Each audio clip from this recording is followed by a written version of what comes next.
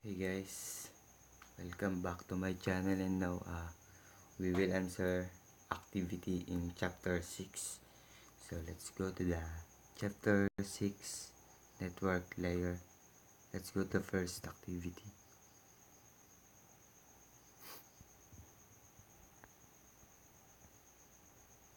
And this is the first activity, and the title is IP characteristics. So this is the instruction. Read each IP address. If IP characteristic, then click connection list, best effort, or media independent. So this is the first IP characteristic. Does not guarantee packet will delivery. Not guarantee. It does not guarantee without errors. Without errors. Best effort. Packet delivery is not guaranteed. Fiber collection will adjust the send. Will adjust this. No contact destination. Connectionless. Will send the packet if the destination is not available to receive it. Connectionless. Yes, I get the correct answer for this activity. So let's go to the next activity, and let's go to the next activity.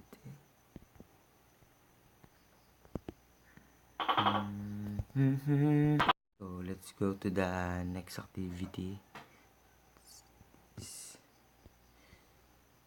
Oh, I can see the next activity. So guys, this is the next activity for this chapter. Oh, connection. Reload connection. Come on. Guys, sorry because my connection is lost. So this is the second activity, part 1 of the activity number 2, and the title is IPv4 header fields.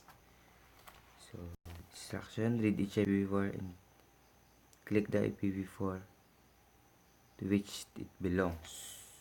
Oh, which it belongs. IPv4 identifies type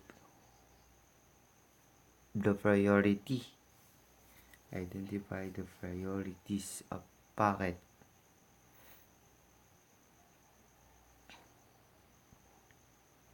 Oh, I get the wrong answer.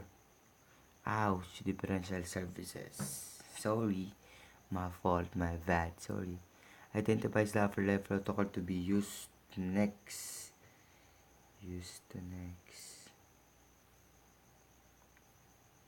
Identify the upper layer protocol.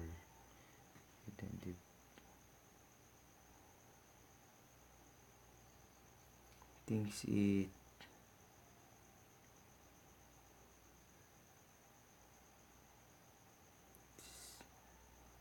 I think it's. Upper layer protocol. That is protocol. Identifies IP address the recipient host. That is destination IP address, and commonly referred to hop count, and that is the time to live, and always to 0 IPv4, and that's the easy question in this version. And the last one is identifies the IP address of the sending host, and that is source IP address. So I get the correct answer, and let's go to the part 2 of this activity. Oh, there's no part 2. So we are done in this activity. Let's go to the next activity.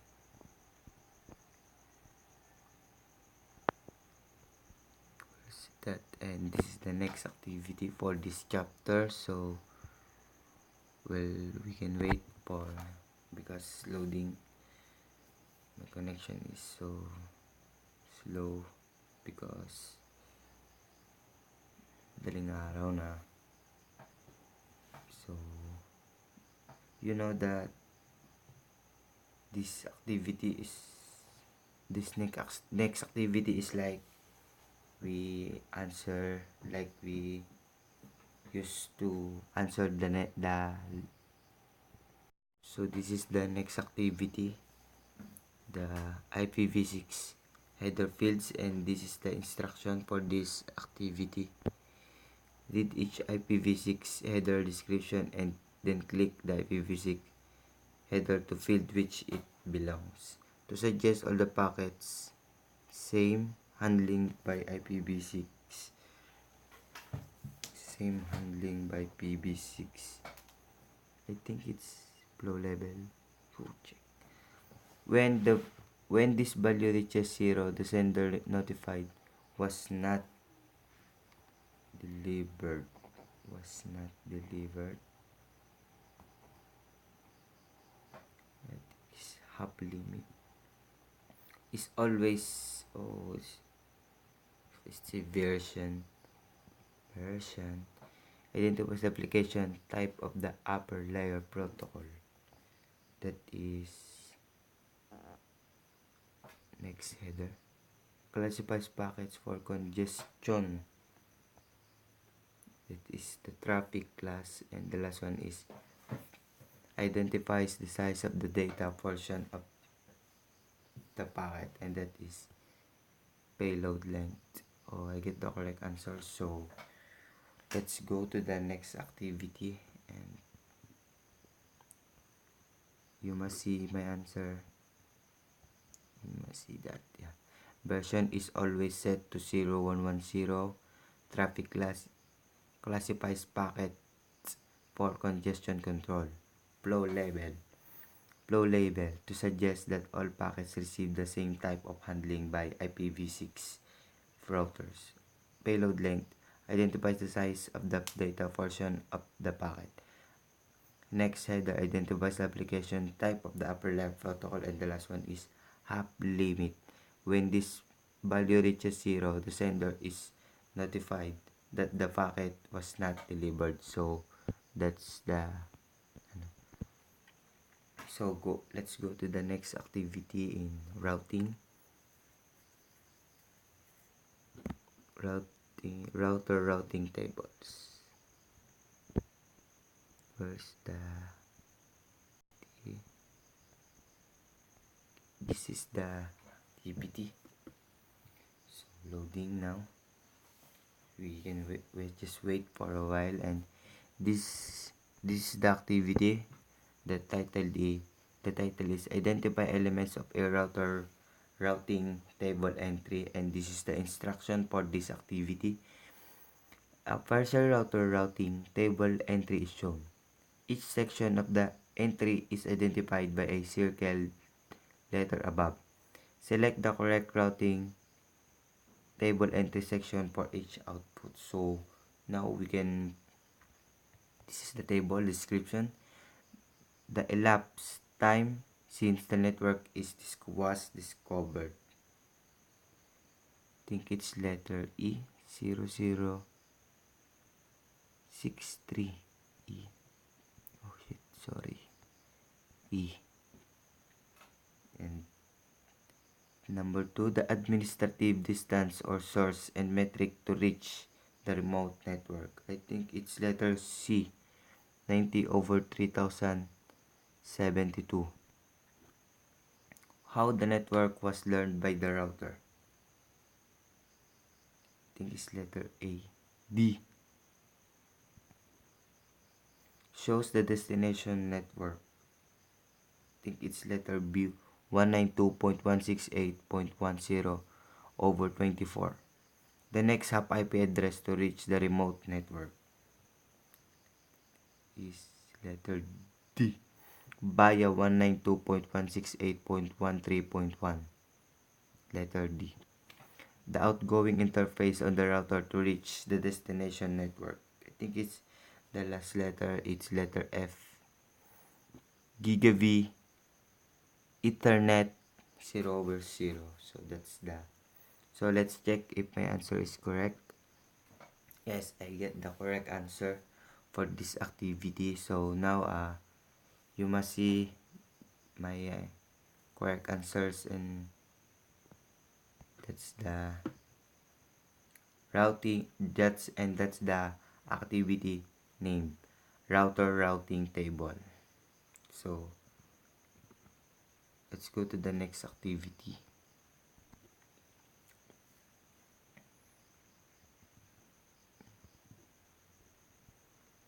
First, this is the activity. Just wait, because connection is yes. So this is the activity named descriptions of router functions and hardware parts. So this is the instruction for this activity. Description of router functions and hardware parts are provided in the table. Drag each router component name to its function or description. So this is the name. The name is, you must see in the left side of our screen. WAN interface, AUX port, LAN interface, telnet or SSH, and console port, and you must see in the right side of our screen is the description. So now we can answer this activity. Connects routers to external networks, usually over a large distance. I think it's one. A way to remotely access the CLI across to a network interface. Telnet or SSH. Connects computer switches and routers for internal networking. LAN interface. A local port which uses USB or low speed. I think this is console. Up, and the last one is a port to manage routers using telephone lines and modems. Oh, please drag it down. Oh, why? What's wrong? Oh, let's check if it is correct. So I get the correct answer. So let's validate my answer. One interface connects routers to external networks, usually over a large distance. Excuse me. Telnet or SSH, a way to remotely access the CLI across a network interface. LAN interface connects computers, switches, and routers for internal networking. Console port, a local port which uses USB or low-speed serial connections to manage network devices. A port to manage AUX ports. A port to manage routers using telephone lines and modems. So that's the activity. So let's go to the next activity. Let's go back to the way we used to be. Sorry.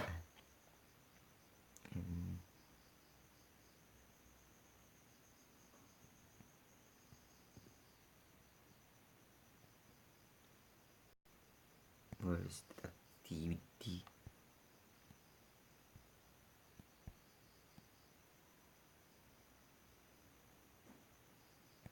Let's go back. Where are you? Yeah, this activity. Ooh, this activity name the router boot process. So this is the instruction. Drag drag each of the steps on the left to appropriate field on the table on the right to show the router boot process order. So you must see in our left side screen the some boot process order, and the in the right side of our screen is the router boot process, the step 1 to 4. So let's answer this activity. Step 1. First of all, we must perform post hardware check performed by built-in ROM chip. The next one, and load bootstrap. Load bootstrap copied from ROM to RAM locates the iOS. And the step 3, and we must drag this. Load iOS operating system file for the router. Loaded into RAM after bootstrap. Bootstrap finds the iOS file to be used. And the last one is load the configuration file from flash or NVRAM,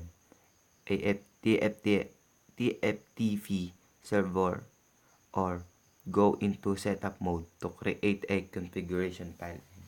You must see automatically my answer. Automatically the Takad must consider my answer is correct, and that's the activity. So that's the step for router boot process. And let's go to the next activity in chapter 6. Configure a Cisco router. Where's that activity? This activity. So wait. Oh, my signal. So this is the activity.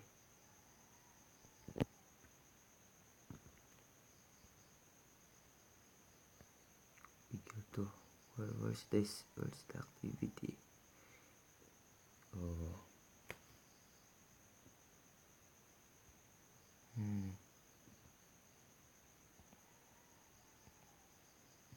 Correct. Yes, this is the warning. Unauthorized is prohibited. Copy from the config. So let's answer this activity. Router.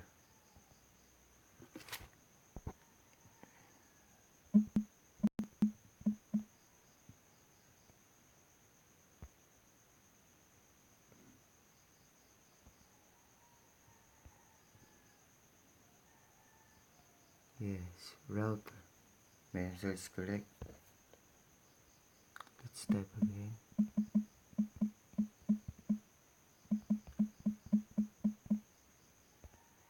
Oh, my spelling's wrong.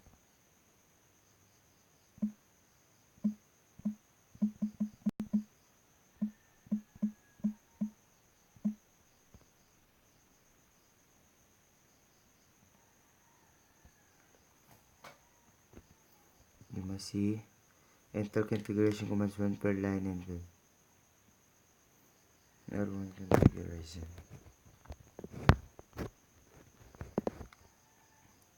R1. That's the password. Yes. Configure Cisco as the console line password and require users to log in. R1 configure line.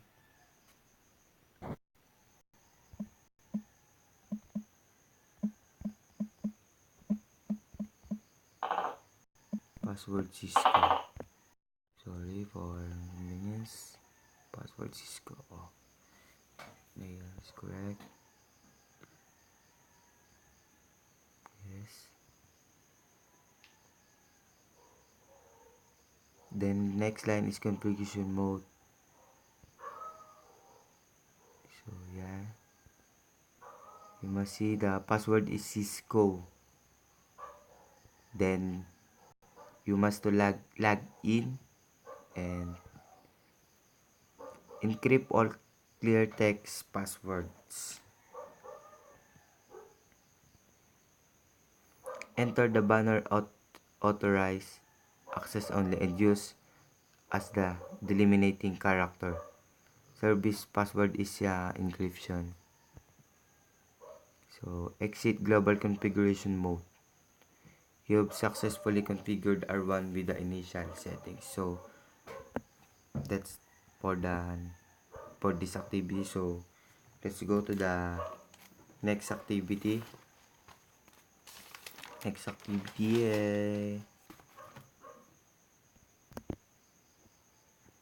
Speak.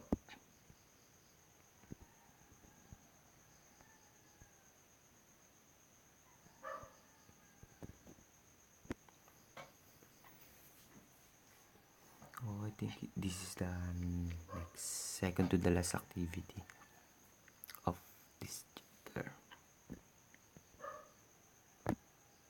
Configure the interface type and number, description text, API. Oh, this is the activity.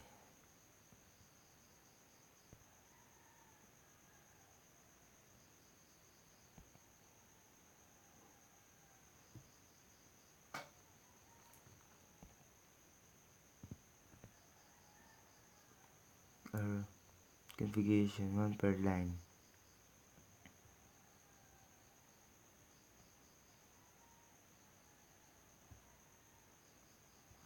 And now type the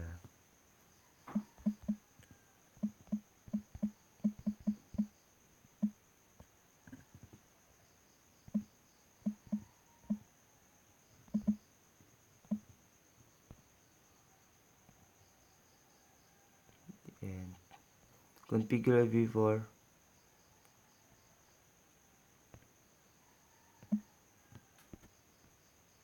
configure v4 as 192.168.11.1 with the subnet mask 255.255.255.0. Describe the link at LAN 11. Active the interface.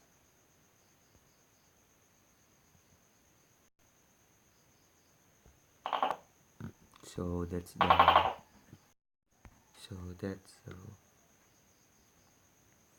description LAN 10, LAN 11. Oh, we are now successfully configured the R1 LAN interfaces. So let's go to the last activity. And that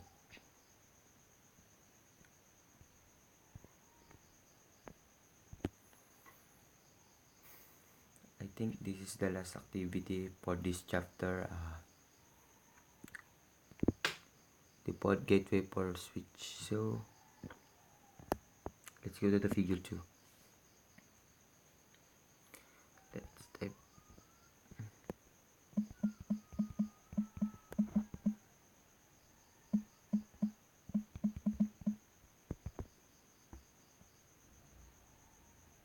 correct.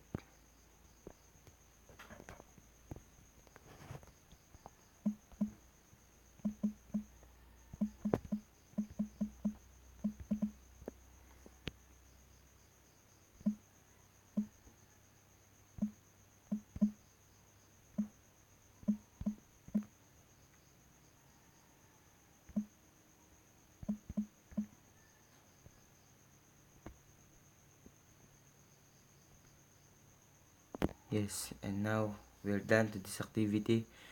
Use successfully configured the port gateway on a switch. So that's the activity for this chapter, and thank you for watching my video and subscribe my channel, and thank you. Babush.